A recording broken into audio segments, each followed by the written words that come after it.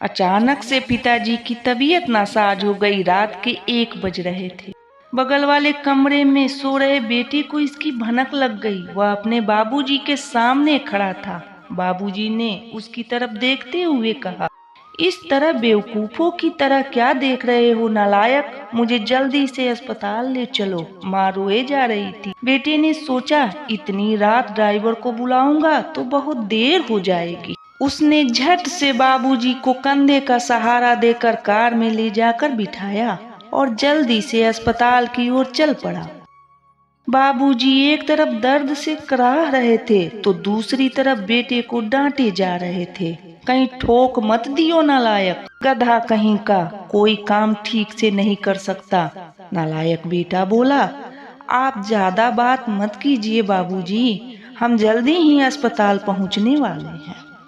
अस्पताल पहुंचकर उसने भागते हुए डॉक्टर को बुलाया और डॉक्टर के कमरे के बाहर बेसब्री से चहलकदमी करने लगा। नालायक, गधा, बेवकूफ, आलसी, मंदबुद्धि, पता नहीं और क्या क्या ऐसे शब्द वह बचपन से ही सुनते आया था। कहीं न कहीं उसका खुद का मन भी मान चुका था कि वह सच में ही नालायक है। तभी तो उसके जन्मदाता भी उसे इसी नाम से बुलाते हैं। स्कूल के टाइम से ही घर के सभी लोग उसे नालायक ही बुलाते थे। वह एग्जाम में भी बहुत बार फेल हुआ था। यह नालायक तो चपरासी बनने के काबिल भी नहीं, इस मंदबुद्धि की शादी भी नहीं होगी। आखिर इस नालायक के गले कौन अपनी बेटी बांधेगा? यह नालायक तो गधा का गधा ही रह जाएगा।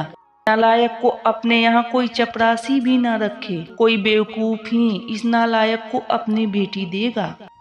शादी होने के बाद लोगों को कहते सुना गया कि उस बेचारी के भाग फूटे जो इस नालायक से शादी हो गई। बस एक माँ ही थी जो उस बेचारे को उसके नाम से बुलाती थी। आज अगर बाबूजी को कुछ हो गया तो शायद माँ भी उसे इसी नाम से बुलाएगी। मन में इस बात के विचार ने उसे झकझोर कर रख दिया। वह मन ही मन ईश्वर से प्रार्थना करने लगा कि उसके बाबूजी ठीक हो जाए। यह उसके दुआओं का असर था या फिर मर्ज ही साधारण था कि डॉक्टर ने सुबह में ही उसे बाबूजी को घर ले जाने की इजाजत दे दी।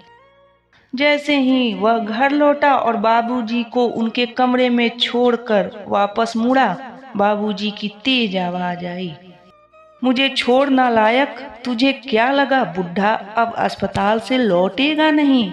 यह सुन वह कुछ देर ठिठका और फिर सिर झुकाए कमरे के बाहर आ गया। लेकिन माँ से नहीं रहा गया। उन्होंने कहा, इतना सब कुछ करता है आपके लिए, फिर भी दिन भर आप उसे नालायक कहते रहते हैं। अवधेश और महेश दोनों अपनी अपनी बीबी के साथ सो रहे हैं। उनको तो यह भी नहीं पता कि रात को क्या हुआ था। यह तो भनक पाते ही आ गया और किसी को मदद के लिए बुलाया भी नहीं। भगवान न करे अगर आपको कुछ हो जाता तो? वह भी आपका ही बेटा है, फिर भी पता नहीं क्यों आप हरदम कोसते रहते हैं, डांटते और फटकारते रहते हैं। ना यह देखते हैं कि कौन बड़ा या छोटा उसके पास है। जो मुंह में आता है उसे सुनाते रहते हैं। माँ रोए जा रही थी और बोले जा रही थी, आप ही बताइए क्या कमी है मेरे इस बेटे में? हाँ, पढ़ाई में थोड़ा कमजोर जरूर था, तो क्या हुआ? क्या सभी एक जैसे होशियार होते हैं क्या? वह अपनी मेहनत के बल पर अपना परिवार, हम दोनों को, घर मकान, खेती बाड़ी, कर कुटुंब सबको सही तरीके से संभाल रहा है कि नहीं? जिन 2 बेटों को आप बहुत लायक और बुद्धिमान मानते हैं, वह अपनी बीबी, बच्चों, सास ससुर और दोस्तों पर ज्यादा ध्यान रखते हैं। कभी आपकी हाल चाल भी नहीं पूछते। और एक आप हैं कि जो कर रहा है उसको ही दिन भर नालायक बुलाते रहते हैं। बाबूजी बोले, अरे पगली, तुम कभी मुझे समझ नहीं सकी। तुमने केवल मेरी बातों पर ध्यान दिया है। क्या तुम्हें नहीं लगता कि एक श्रवण कुमार जैसे बेटे को दिन भर नालायक और गधा बुलाने का मुझे दुख नहीं होता? उसे गले न लगा पाने का कष्ट हमें होता है।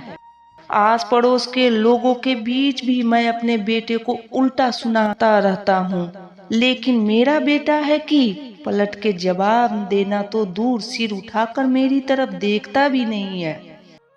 बाहर से जब भी घर आता है तो सबसे पहले मेरे कमरे में झांक कर देख लेता है कि बाबूजी ठीक है ना।